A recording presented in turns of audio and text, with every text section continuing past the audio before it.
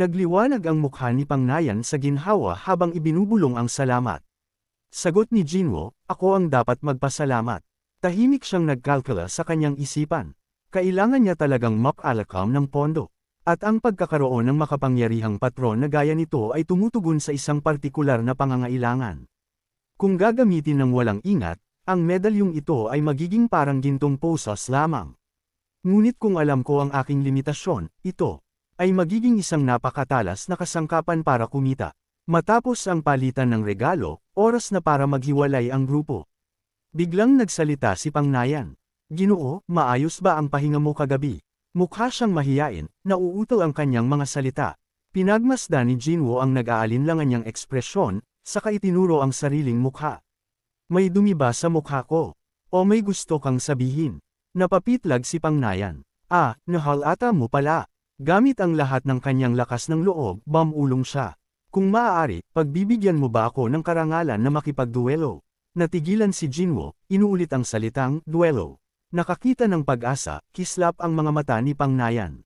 Totoo ba? Nagkibit balikat si Jinwoo. Kahit kailan mo gusto, aking binibini. Agad ang kanyang tugon, ang kanyang mga mata ay nag-aapoy sa alab ng isang mandirigma. Kung ganoon, mapagkumbaba akong humihiling ng isang aral, Ginoo.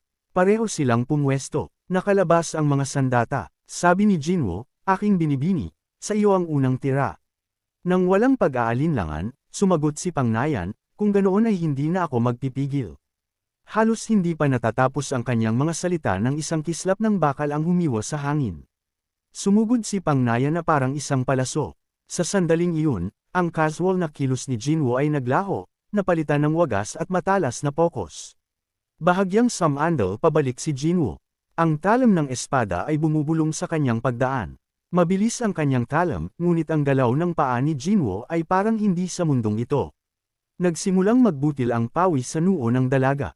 Lintik, hindi ko man lang bamasagi ang lelayan ng kanyang damit. Sa ganitong pagkakataon, isa na lang ang pagpipilian. Malapitang labanan. Nagpasya siyang paikliin ang distansya. Ibinius ni Pangnayan ang bawat hibla ng kanyang lakas para gipitin si Jinwoo. Nagpapakawala ng sunod-sunod na sipa, ngunit lahat ay walang silbi. Isang munting ngisi ang gumuhit sa mukha ni Jinwoo. At ngayon, ako naman. Habang nagsasalita, lumabo ang kanyang anyo at naglaho, biglang sumulpat sa tagiliran ni Pangnayan sa isang iglap para magpakawala ng isang mabilis na tira. Ang tanging nagawa ni Pangnayan ay isang matinis na sigaw. Sa ibabaw, ang kanyang tekniko ay tila kasing gun ng balahibo. Ngunit ang nakatagong puwersa sa likod nito ay kasing bigat ng bundok tay. Higit pa rito, tila ba nabasan na niya ang bawat galaw ko bago ko pa ito gawin. Ang estilo ng espada ng pamilya Pang ay dapat nakakaiba. Kaya paanong alam niya ang bawat porma at pwesto? Na tila ba ay sinanay na niya ito ng 100 beses. Habang umatras si Pangnayan na pasuray-suray, nakita niyang pinalalapit na ng kanyang kalaban ang distansya sa isang iglap. Sumugod si Jinwoo na parang multo, na nagtulak sa takot na si Pangnayan na madaling itaas ang kanyang espada para dumpensa. Isang isipan ang dumaan sa kanya sa distansyang ito. Ito na ang kanyang pagkakataon. Isang gininto ang oportunidad. Sa ganitong lapit, wala nang paraan para maiwasan niya ang aking huling tira. Ibinihus niya ang lahat ng kanyang inner energy sa isang mapagpasyang hataw. Sa mismong sandali na humiwa pababa ang talam ni Pangnayan, dala ang hanging kayang magpunit ng langit, huling kumilos si Jinwoo ngunit unang tumama sa isang matunog na kalansing. Ang espada ay natalsik mula sa kanyang kamay, lumipad sa hangin habang ang malakas na shock ay nagpamanhid sa kanyang buong palso. Madaling sinalo ni Jinwoo ang nahuhulog na espada. Ang kanyang galaw habang isinasagawa ang isang eleganteng ikot bago idiniin ang malamig na dulo ng talam sa mismong lalamunan ng dalaga. Namutla ang mukha ni Pangnayan. Itinaas na lamang niya ang kanyang mga kamay bilang pagsuko. Inaamin ang pagkatalo, ang matalas na dulo ng espada ay nanatiling hindi gumagalaw, at ang titig ni Jinwoo ay kasing tindi nito. Nagsalita si Jinwoo sa isang kalmado at matatag na tinig. Marahil ay pahihintulutan mo akong magbigay ng ilang mapagkumbabang salita. Mabilis na sumagot si Pangnayan, syempre, ang abang babaeng ito ay pararangalan na makatanggap ng iyong gabay. Kalmado niyang sinuri, ang iyong sining sa espada ay napakaganda, at ang iyong pundasyon ay matatag, ngunit sa kasamaang palad, ito ay masyadong nakadepende sa porma, kaya madaling hulaan. Kung magdaragdag ka ng elemento ng pagkabigla, mas magiging nakakatakot ito. Nagkaroon ng liwanag kay Pangnayan, at agad siyang nagtanong, pagkabigla. Ano ang ibig mong sabihin doon? Maaari kaya na ang huling atake mo ay isang demonstrasyon para sa akin? Ang paghawak ng espada ay hindi nangangahulugang dulo lang nito ang maaari mong gamitin para maneksak. Ngumiti si Jinwoo, talagang napakatalas ng iyong pakiramdam, aking binibini. Nagliwanag ang kanyang mga mata habang nagmamadaling magtanong. Kung ganoon, maaari ba nating ituloy ang ating laban bukas? Tila nagulat siya ng kaunti. Bukas din. Sige. Ang pakikipagpalitan ng kaalaman sa iyo ay nakakatulong din sa akin para mapalalim ang sarili kong pag-unawa. Hindi maitago ni Pangnayan ang kanyang tuwa. Natutuwa ako at ganoon din ang nararamdaman mo. Tumanggo siya. Kung ganoon, magkikita tayo bukas. Doon lamang lumapit si Baang Jian, nagtatanong sa mahinang boses. Ano sa tingin mo? Akala ng matandang lingkod na ito ay nagmamalabis ka lang. Ngunit para sa batang Panginoon na ito na maabot ang ganoong antas sa loob ng wala pang 1 taon. Natatakot ako na ang kanyang likas na talento ay hihigit pa sa dakilang si Chuck Rayong noong araw. Itinaas ni Pangnayan ang kanyang baba, ang mukha ay puno ng kasiyahan. Kita mo na, ang pagkilala ko sa karakter ay palaging tama. Tumawa ng mahina si Baang Jian, tinutukso siya. Talaga bang matalino iyan, aking binibini? Ang turo ng mga ninuno ay ang isang dalaga ay hindi dapat masyadong hayagan sa kanyang nararamdaman. Namula ang mukha ni Pangnayan habang nauuto. Tito, anong kalokohan ang pinagsasabi mo? Umiwas siya, binigyan si Baang Jian ng isang matalas na tingin, at umungol. Pero ang mas mahalaga, Tito, hindi ba bahagi mo ay nagnanais ding malaman ang tunay na lalim ng kapangyarihan ng batang Panginoon na iyon? Sumagot ang lalaki, syempre naman. Sabik na sabik akong malaman kung ipagkakaloob ng tadhana ang pagkakataon. Ako mismo ang susubok sa kanyang galing. Maaari mo itong tawaging paraan ko ng pagbabayad sa kanyang kabutihan. Sa totoo lang, ang isiping iyon pa lang ay nagpapabilis na ng tibok ng aking puso. Sa sandaling iyon, sa loob ng mansyon ng pamilyang Choke, si Clan Lord Ming ay nakaupong nag-iisip sa kanyang mesa. Sa wakas ay nagsalita siya, ang boses ay mababa, kinakausap ang kanyang pinagkakatiwalaang tauhan. Ang mga ulat na ito, totoo ba ang lahat? Maaari kayang si Tran Hao ay talagang nagbago ng ganoon? Yumukod ng malalim ang tauhan.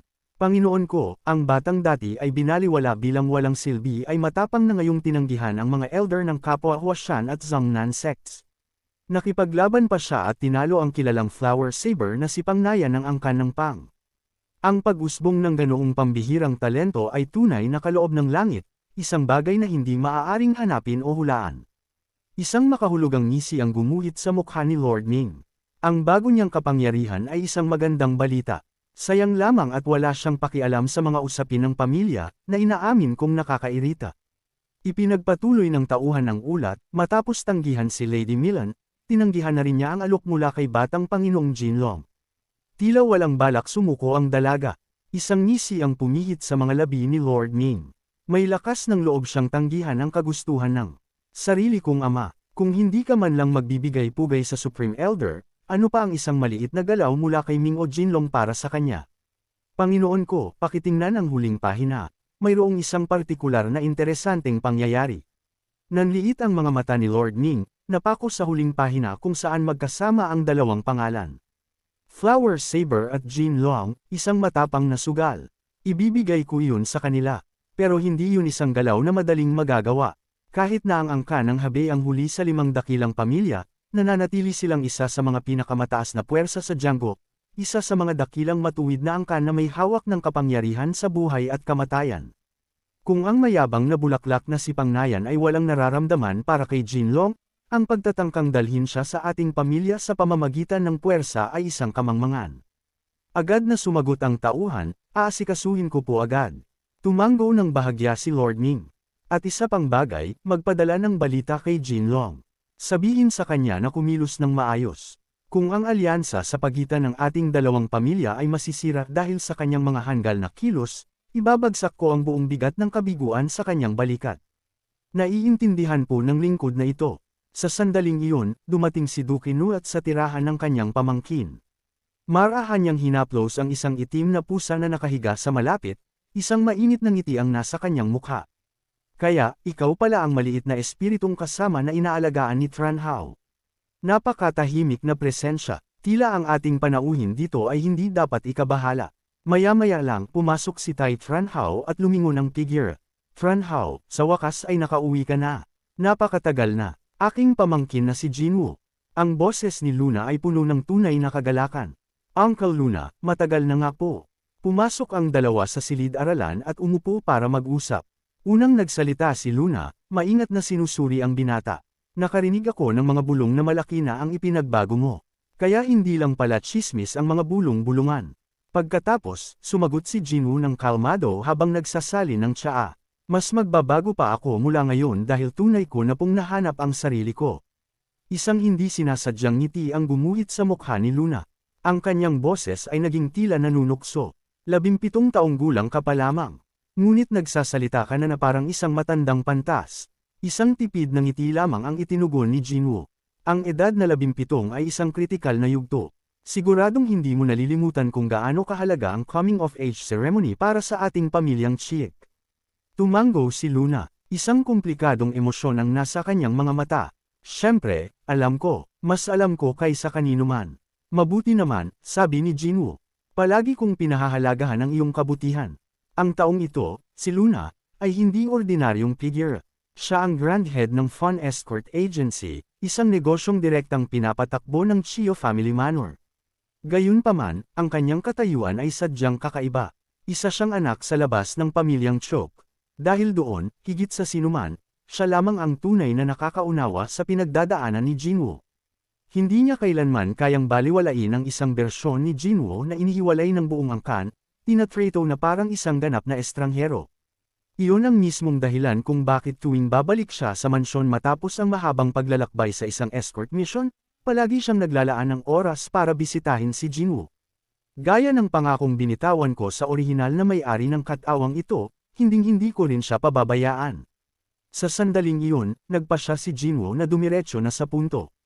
Kaya, sigurado pong naparito kayo dahil sa isang napakahalagang dahilan sa pagkakataong ito.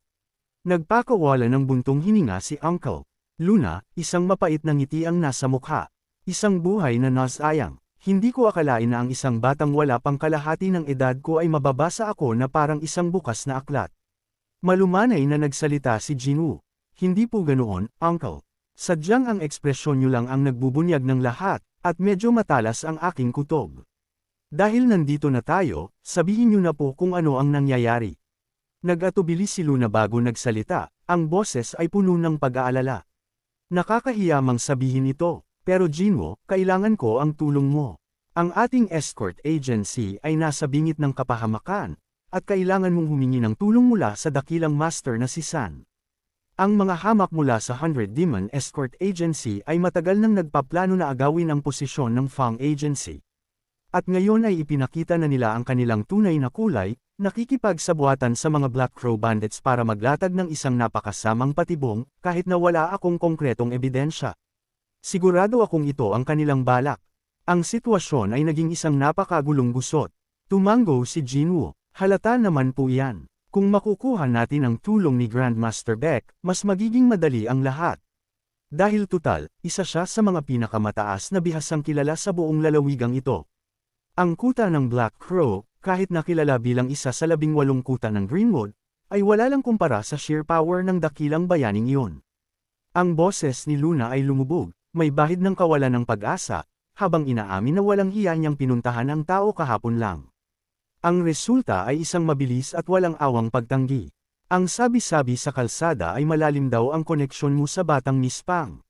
Ito na ang huli kong sugal, Anya. Sumagot si Jinwoo, Uncle, ang relasyon ko sa kanya ay hindi kasing tatag ng iniisip ng mga tao. Maaari kitang aygowan ng pagkakataong makipagkita, pero malamang na mauuwi lang ulit ito sa isang malinaw na hindi. Nagmakaawa si Luna, kahit na ganoon, ito ay isang pagkakataong dapat kong kunin. Hinawakan niya ang kamay ni Jinwoo, nanginginig ang boses. Kailangan mo lang akong may pasok sa silid. Iyon lang ang hinihingi ko. Ang matandang ito na ang bahala sa lahat. Sumagot si Jinwoo, ang tono ay hindi nagbabago. Kung determinado ka po, gawin na natin ang pagkikita ngayon. Bakit pa natin pitatigilin? Tila naghihintay na sila sa atin sa labas mismo ng pinto. Ang pahayag na iyon ay nagpako kay Luna sa loob ng ilang segundo. Itinaas ni Jinwoo ang kanyang boses, itinuon sa pasukan. Kayong dalawa, hindi na kailangang maghintay. Tuloy po kayo. Agad na nagdilim ang mukha ni Baang Jian. Sa kanyang tabi, si Pangnayan ay nagbigay lamang ng isang mahinang pamanhing ngiti. Agad na tumayo si Luna, pinagdikit ang mga kamay. Ako si Shudeo, dakilang bayani, nagkaroon tayo ng pagkakataong magkita kahapon. Ang sagot ni Baang Jian ay parang yelo. Naaalala ko, pinuno ng escort ng Fong Agency.